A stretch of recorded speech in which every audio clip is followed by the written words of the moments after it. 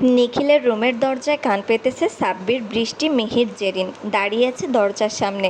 সাব্বির কান খাড়া করে শোনার বৃথা চালাচ্ছে, কিন্তু না, ভেতর থেকে কোনো আওয়াজ শুনতে পাচ্ছে না। এত সময় ধরে কী কথা বলছে নিখিল? সাব্বিরের অধৈর্য কণ্ঠ। পুলিশকে কল লাগা জেরিন বোন, নেহাকে নিশ্চিত খুন করে গুম করে দিয়েছে নিখিল ভাই। জেরিন সহসা একটা মেরে দিয়েছে সাব্বিরের মাথায়। ছেলেটা এত আজগুবে কথা বলে না মাঝে মধ্যে। মিহির দরজায় ধাক্কা দিতে থাকলো এবার। শালা, একা একা প্রেম করছিস? আমরা সবাই সিঙ্গেল, ভুলে যাবি না একদম। আমরা যেহেতু পারছি না, তোরও কোনো রাইট নাই বউ নিয়ে দরজা বন্ধ করে থাকার। বের হ বলছি। মিহিরের দরজা ধাক্কানোর মাঝেই দরজা খুলে গেল। নিখিল দরজা খুলতেই নেহা নিখিলের হাতের নিচ দিয়ে বের হয়ে এক দৌড় লাগিয়েছে। সাব্বির, জেরিন, বৃষ্টি মুখ চাওয়াচাই করলো। মিহির দরজা ঠেলে ভিতরে গেল, সাথে গেল নিখিল। সাব্বির, বৃষ্টি, জেরিন ছুটল নেহার কাছে। ভাইয়ের থেকে জানার মতো দুঃসাহস এখনও একটারও জন্মায়নি। একদম হুমড়ি খেয়ে পড়েছে নেহার রুমে তিনজন। জেরিন দুহাত বুকে গুজে নেহাকে পুরোপুরি স্ক্যান করছে। বৃষ্টি পাশে গিয়ে বসলো। সাব্বির আয়েশি ভঙ্গিতে বসলো চেয়ারে। বৃষ্টি জিজ্ঞেস করলো, কি করছিলে ভাইয়ার রুমে? ভাইয়া তোকে নিয়ে গিয়ে মাইট দেয় নাই তো আবার? নেহা সবার দিকে একবার তাকিয়ে বলল, মারবে কেন, এমনি কথা বলতে ডেকেছিল। জেরিন নেহার মুখ উঁচিয়ে নিজের দিকে করে বলল, এই আমি তোর বড় না? মিথ্যা বইলা যে ধরা পড়বি জেনেও বলিস কেন? নেহা এবার বিরক্ত হয়ে বলল, রোম্যান্স করছিলাম, এবার শেষ হয়েছে তোমাদের প্রশ্ন করা? সাব্বির, জেরিন চোখ ছোট ছোট করে তাকালো। সাব্বির অবিশ্বাস্য কণ্ঠে বলল, নিখিল ভাইয়ার রোম্যান্স? প্লিজ নেহা বোন, সত্যি কথাটা বল, কয়টা চর খেয়েছিস? আমি তোর চর খাওয়ার লিস্ট বানাচ্ছি, গিনিস বুকের নাম লিখবো বলে। এই এখনই রোম্যান্স টোম্যান্স করলে কেমন হবে? আমার চরের রেকর্ড করা হবে না তাইলে। নেহা কপাল চাপড়ালো, মিথ্যাটাও বিশ্বাস করলো না, এখন সত্যিটাও না। কি মুসিবত! জেরিন সাব্বিরের সাথে তাল মিলিয়ে বলল, হ্যাঁ হ্যাঁ, আমার ভাই যে নিরামিষ, ওর দ্বারা এসব হবে না। তুই ঝেড়ে কাস তো বাপু, সত্যি কাহিনী ক। বৃষ্টি চুপচাপ নেহাকে পর্যবেক্ষণ করছিল। কিছুক্ষণ পর মিটমিটিয়ে হাসা শুরু করেছে। তা দেখে জেরিন, সাব্বির দুজন সন্দিহান দৃষ্টিতে তাকালো। সাব্বির বলল, এই তোর আবার কি হলো রে বৃষ্টি? নেহা সত্যি কথাই বলছে। তুই কিভাবে বুঝলি? চিহ্ন সাথে নিয়ে এসেছে তো। জেরিন হঠাৎ করে তাকালো নেহার গলার দিকে। ফর্সা ত্বকে লাল দাগটা স্পষ্ট। নেহার ওড়নাটা জড়ানো হলেও গলার উপরের অংশের দিকটা ঢাকতে পারেনি। জেরিন তো চিৎকার করে বলল, এই সাব্বির, আমারে চিমটি কাট জলদি, ইয়া মাবুদ, কত কিছু যে আরও দেখতে হবে। সাব্বির বলল, নেহা বোন, তুই এটা কোনো কাজ করলি? তোর একমাত্র বড় ভাই এখনও সিঙ্গেল, আর তুই মানা যায় না এসব। আহ, কি কষ্ট, পুরাই কষ্টের কথা বলিস। কিন্তু তুই আমাদেরকে আসবি বলে গিয়ে প্রেম করা শুরু করে দিলি। প্ল্যানটা অর্ধেক রাস্তায় পড়ে আছে। বড় আব্বুর কাছে যেতে হবে, মিহির ভাইয়া নিখিল ভাইয়াকে আটকে রাখবে। এই সুযোগে আমাদের কাজটা আমাদের করে ফেলতে হবে। নেহাকে টেনে নিয়ে গেল ওরা। শাহ আলম চৌধুরীর রুমের বাহিরে পায়চারি করছে, কিন্তু ভিতরে ঢুকছে না কেউ। শাহ আলম চৌধুরী নরম মানুষ, তার সাথে সবারই ভাব আছে, কিন্তু আজকের টপিকটাই কেমন কেমন টাইপের। তার উপর ওনার নিজের ছেলের বিপক্ষে তাকে মানাতে এসেছে। বৃষ্টি নেহাকে ঠেলে ভিতরে ঢুকিয়ে দেয়। শাহ আলম চৌধুরী চমকায়। হঠাৎ নেহা গড়িমসি করে বলে, বড় আব্বু আসসালামু আলাইকুম। সাব্বির বাহির থেকে মিনমিন করে বলল, ওরে ভদ্রলোক, সালাম দিচ্ছে দেখো, শ্বশুর পটানোর নিনজা টেকনিক, কেউ এর থেকে শিখ। জেরিন সাব্বিরের মুখ চেপে ধরেছে। বৃষ্টি মুখ বাঁকিয়ে বলল, কি শুরু করলে তোমরা? মা বা ছোটো মা কেউ আসলে এদিকে সব একদম ঘেটে হয়ে যাবে, সাবধান। শাহ আলম চৌধুরী দেখলেন নেহা বারবার হাত কসলাচ্ছে। তিনি অভয় দিয়ে বললেন, কিছু বলবি তুই মা? নেহা অধৈর্য কণ্ঠে বলল, হ্যাঁ হ্যাঁ বড় আব্বু, কিন্তু আগে তুমি কথা দাও, আমাদের কথা শুনে রাগ করবে না। আমাদের মানে সবগুলো বাদর আছে নাকি সাথে? দাঁত কেলিয়ে ভেতরে ঢুকলো তিনজন। সাব্বির পুরো কাহিনী বুঝিয়ে বলল শাহ আলম চৌধুরীকে। শাহ আলম চৌধুরী এসব ছেলে মানুষিতে যোগ দিতে চাইলেন না, কিন্তু তেদর ছেলেটাকে একটা শিক্ষা দিতে এসব বাচ্চা মেয়েতে সায় দিবে ভাবল। শাহ আলম চৌধুরীর গম্ভীর কণ্ঠ শুনে চারজনই চিন্তায় পড়ল, যদি রাজি না হয়? শাহ আলম চৌধুরী হেসে বললেন, রাজি আমি, কাল থেকেই মিশন শুরু তাহলে, এই বলে হাত বাড়ালেন তিনি। চারজন খুশিতে গদগদ হয়ে গিয়ে তাকে জড়িয়ে ধরল। শেষে হাত মিলিয়ে নিল। যেভাবেই হোক নিখিলের মুখ থেকে বের করতে হবে সে নেহাকে ভালোবাসে। প্রপোজ না করা পর্যন্ত নেহা নিখিলকে পাত্তা দিবে না। কঠোর হতে হবে, এটাই সবার নির্দেশ। সকালবেলাতে বাহিরে হাঁটতে যান শাহ আলম চৌধুরী। আজও ব্যতিক্রম হয়নি, তবে আজ তিনি ফিরেছেন বেশ দেরি করে। টেবিলে বসে একটু একটু করে খাচ্ছে নেহা, বৃষ্টি, রূপ। জেরিন এসেছে সবে, সেও প্লেট উল্টে পরোটা তুলে নিল। সাব্বির এসে ছিনিয়ে নিল তার প্লেট।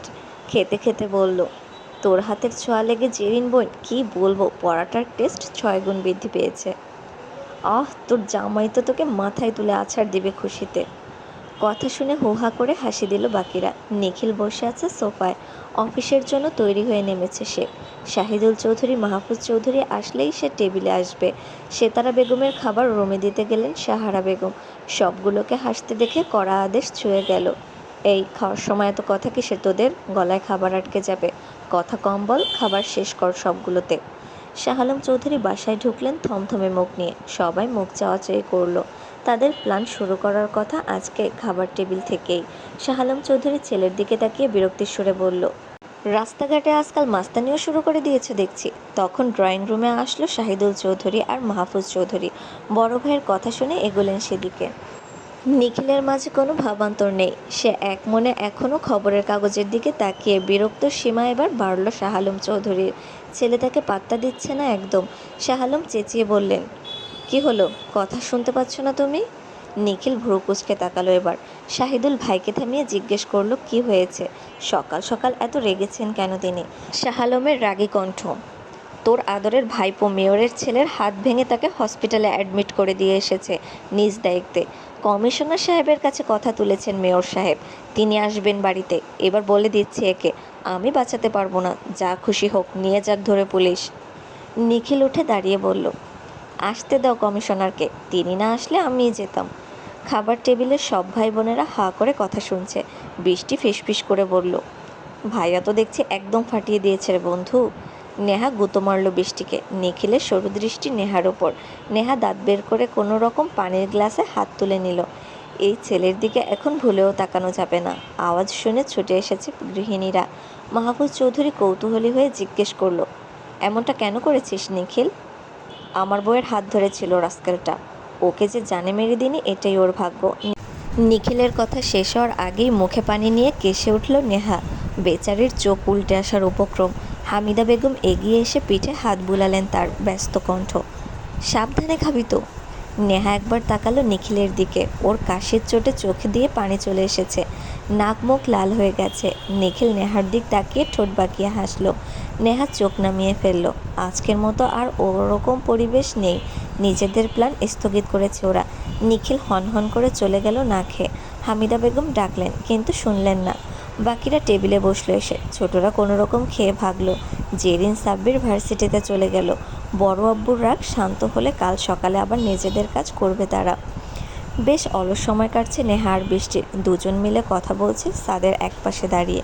ভেবেছে একটু বের হবে বাহিরে হাঁটার জন্য। আজ আবহাওয়াও ভীষণ ভালো, ফুরফুরে বাতাস ছড়িয়েছে। ছাদের একপাশে ফুলের গাছ লাগানো, গোলাপ গন্ধরাজের ঘ্রাণ মিশে এক মিষ্টি সুবাস ছড়িয়েছে। চোখ বন্ধ করে শ্বাস টানল নেহা। ফুরফুরে মেজাজ তার। তার খুব জানতে ইচ্ছে করছে নিখিল আজ সারাদিন খেয়েছে কিনা। সকাল সকাল তো ভাব নিয়ে বেরিয়েছে এই ছেলে। বিকেল 3টে বাজতে চলল। বৃষ্টির ফোন বেজে উঠল শব্দ করে। মিহিরের নামটা জলজল করে উঠল স্ক্রিনে। বৃষ্টির মুখ জুড়ে হাসি, যা মুগ্ধ নয়নে দেখল নেহা। দোয়া করে ফেলল ফটাফট, যাতে সারা জীবন এমনভাবেই হাসি খুশি থাকে মেয়েটা। মিহির ভাই সত্যি অমায়িক মানুষ। হঠাৎ নেহার মন খারাপ হলো। নিখিল ভাই কেন তাকে একবার ফোন করে না? কাজের ফাঁকে জানতে চায় না সে কী করছে?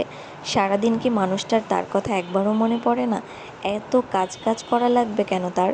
বিষণ্ণ মনে তাকালো লম্বা ডালপালা ছড়িয়ে দেওয়া গাছটার দিকে। ফোন হাতে তুলে নিল, কিন্তু ফোন দেওয়া হয়ে ওঠে না আর। কোথাও যেন একটা অদৃশ্য দেয়াল রয়ে গেছে তাদের মাঝে। বৃষ্টি এসে হঠাৎ নেহার হাতে ফোন গুঁজে দিয়ে বলল, কথা বল। নেহা ভ্রু কুঁচকে বলল, মিহির ভাইয়ের সাথে আমি কি কথা বলবো?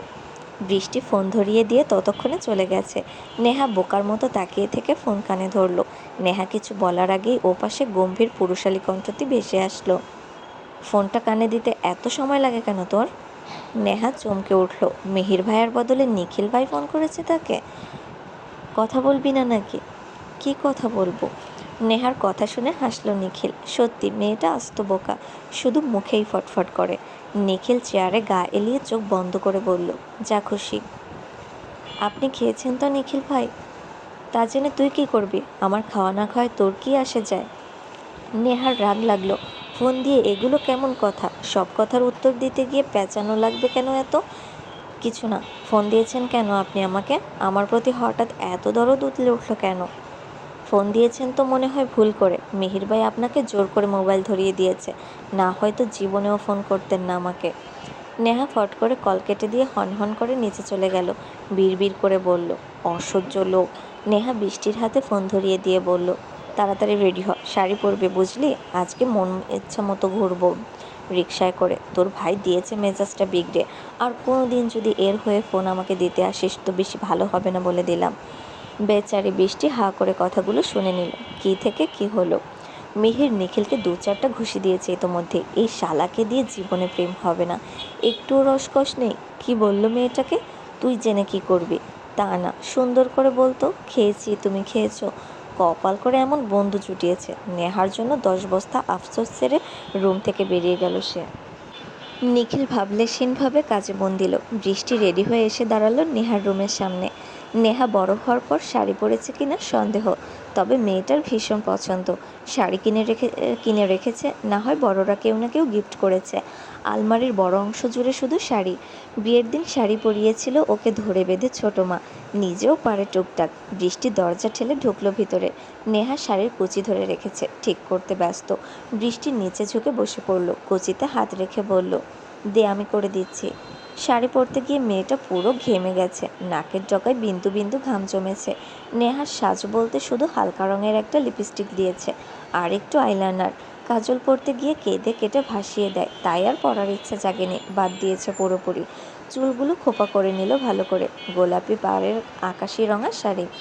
বৃষ্টি উঠে দাঁড়িয়েই প্রথমবারে মাশাল্লাহ বলে নিয়েছে। পরে শাড়ির দিকে তাকিয়ে বলল, কে রে, এই শাড়ি কবে পেলি? আমাকে দেখালি না তো, ভাইয়া দিয়েছে নাকি? নেহা যেন আকাশ থেকে পড়ল, বিদ্রুপের সহিত বলল, ছি ছি বৃষ্টি, নিজের ভাইয়াকে তুই চিনতে কিভাবে ভুল করলি বোন? এই বেটা দেবে শাড়ি? আর মানুষ পেলি না। যদি কোনো দিন দেয় তো মনে করবি ওই দিন পৃথিবীর কোনো এক দিক দিয়ে ধসে পড়ে গেছে। বড় বিবার জন্মদিনে গিফট দিয়েছিল আমায়, পড়াশোনার চক্করে তো গিফটই খোলা হয়নি। তোর ভাইয়ের এত টাকা দিয়ে কি করে বলতো? কিপটা বেটা, সবাই জন্মদিনে গিফট দিল, আর এ কোনো দিন আমাকে একটা লজেন্সও দিল না। হতাশ আমি, হতাশ। এই জামাই নিয়ে ভবিষ্যতে আমার কি হবে? মিহির ভাই তোকে প্রেমিক হয়েও কত কিছু গিফট দিল, আর এরে দেখ, আগে তো দূর, বিয়ের পরও দিল না। আবার নাকি ভালোবাসে। তোর ভালোবাসার খেতায় আগুন, বদলোক।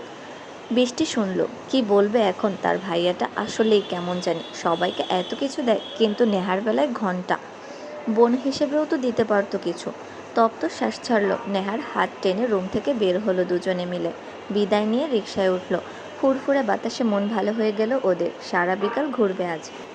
পাশাপাশি হাঁটছে দুজন। রাস্তার পাশে দাঁড়িয়ে চা নিল 2 কাপ। ফুটপাতের উপর অনায়াসে বসে পড়ল নেহা। রাস্তার উপর পা গলিয়ে দিয়ে চোখ বুজে চাকে অনুভব করলো যেন। বৃষ্টি একপাশে দাঁড়িয়ে খাচ্ছে। পরিবেশটা আজ সত্যি মুগ্ধকর। রাস্তায় গাড়ি চলছে কিছুক্ষণ পরপর ব্যস্ত শহরে। আজ কোলাহল কিছুটা কম। বৃষ্টি কিছুটা এগিয়ে গিয়ে দাঁড়ালো বাহারি ফুলের দোকানটায়। 2টা বেলি গাজরা কিনে নিল, সাথে কয়েকটা গোলাপ। সাদা গোলাপের মিশ্রণে ফুটন্ত গোলাপগুলো ঝলমল করছে। নেহা খোলা আকাশের দিকে তাকিয়ে থাকতে ব্যস্ত। টানা টানা আঁখি যুগলে মুগ্ধতা। মন আজ অতিশয় ভালো। এত এত বিষাদ মানুষের জীবনে, তবুও এই ছোট্ট ছোট্ট মুহূর্তগুলো যেন থমকে দেয় সব কিছু। কখনো কখনো সব কিছুর ঊর্ধ্বে গিয়ে নিজেকে সময় দেওয়া উচিত। নিজেকে নিয়ে আমরা ভাবতেই ভুলে যাই। নিজেকে ভালোবাসা মানে স্বার্থপরতা নয়, সবাইকে ভালো রাখতে নিজেকে ভালো রাখাটা জরুরি। নেহার ঘোর কাটল বৃষ্টির কণ্ঠে। আমার ভাই দেয়নি, তাই আমি দিলাম। নেহা তাকালো বৃষ্টির বাড়িয়ে দেওয়া হাতের দিকে। গোলাপগুলো দেখে হাসল। হাত বাড়িয়ে নিল, নাকের কাছে ধরল, দীর্ঘ নিঃশ্বাস নিল। গোলাপের সবটুকু সুঘ্রাণ যেন শুষে নিল নিজের ভিতর। বৃষ্টি নেহার খোঁপায় গাজরা গুজে দিতে দিতে বলল, 3 মাস বিবাহিত জীবনের শুভেচ্ছা ভাবি। নেহা জোরে হেসে ফেলল এবার। 3 মাস ধরে সিঙ্গেল লাইফ বিদায় নিয়েছে আমার জীবন থেকে, কিন্তু মনে হচ্ছে আমি আজীবন সিঙ্গেলই থাকবো। তোর ভাই যা মানুষ, এরকম জামাই থাকলে সব মেয়ে সারা জীবন বিবাহিত সিঙ্গেল থাকবে। সন্ধ্যা গড়াতেই দুজন বাড়ির উদ্দেশ্যে রওনা দিল।